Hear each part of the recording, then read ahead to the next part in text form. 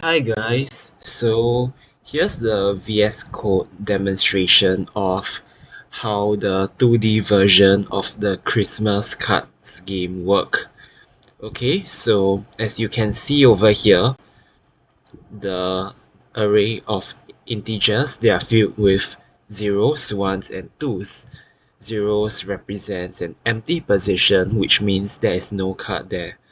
1 represents a green card and 2 represents a red card. So how this works right here, okay, sorry, I don't have a pen and paper with me as of now, but you can draw it out on your pen with using your pen and paper, this entire 2D array, and I will show you an example of how either player can win the game in actually just one move. I mean, can you imagine how crazy that is, defeating your opponent in just one move? Yeah, so in your pen and paper, right, I want you to visualize this for me. You just draw a 4 by 4 grid and you label you just keep a mental note of the positions, as in like the first row will be 1 2 3 4, the second row is 5 6 7 8, the third row is 9 10 11 12, and the last row is 13 14 15 16. So as you can see from this value over here, there is a green card at position 2, and as you can see here, there's a green card at position 6. These two represents red cards at positions 10 and 11. So there are green cards and red cards in an L shape, yeah. But little do the players know that one of them is going to take the L. Guys, I'm very funny, right? Just kidding. But yeah. Anyway, okay, so this is how the game works, okay? So let's just say, okay, player 1, okay, I'll just run this first. Yeah, so as usual, it prompts player 1 to pick a color, and player 1 must choose wisely, if not, it's game over for him. So the winning move for player 1 is very simple. He chooses a red card.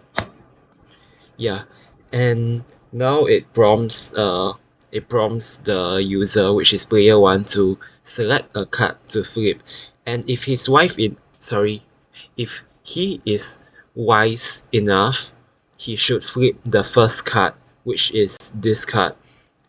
When this gets flipped, then this over here, let me just copy the array. Okay, so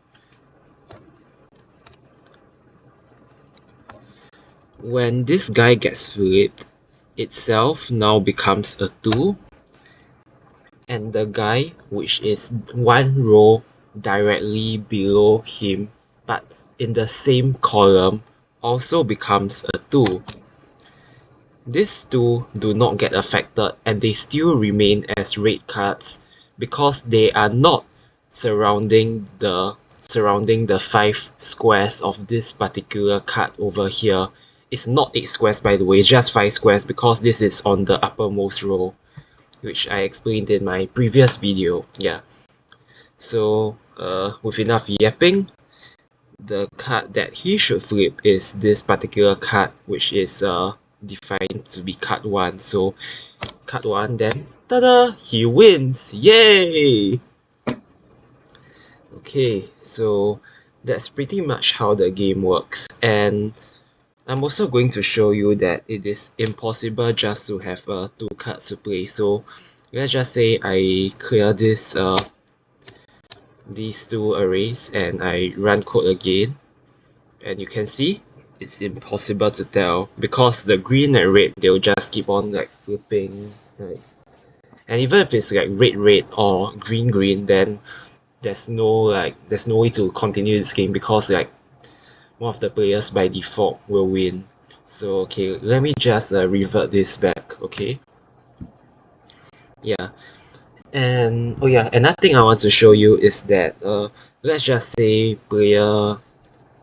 let's just say player one like types in a random color, you just like continue prompting the user to type in a valid color, and in this case it's either red or green. So if he finally decides to type red, then like okay, you will ask like the user to like flip the card. So if they enter an invalid input, like let's just say -1, it prompts the user again 78, then it just prompts again because there are only four possible choices. So okay, he flips one, and yeah, that's how the game ends.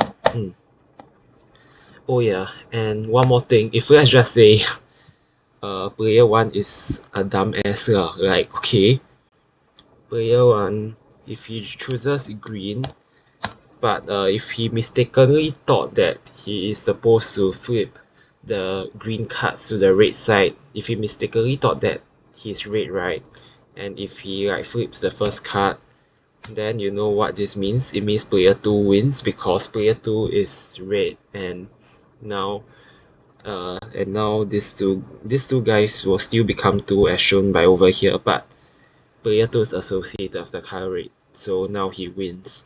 Yeah, and I think that's about it for this video. I just wanted to show you the a simple like VS Code demonstration, and yeah, with that being said, I think I'll see you guys in the next video. Bye.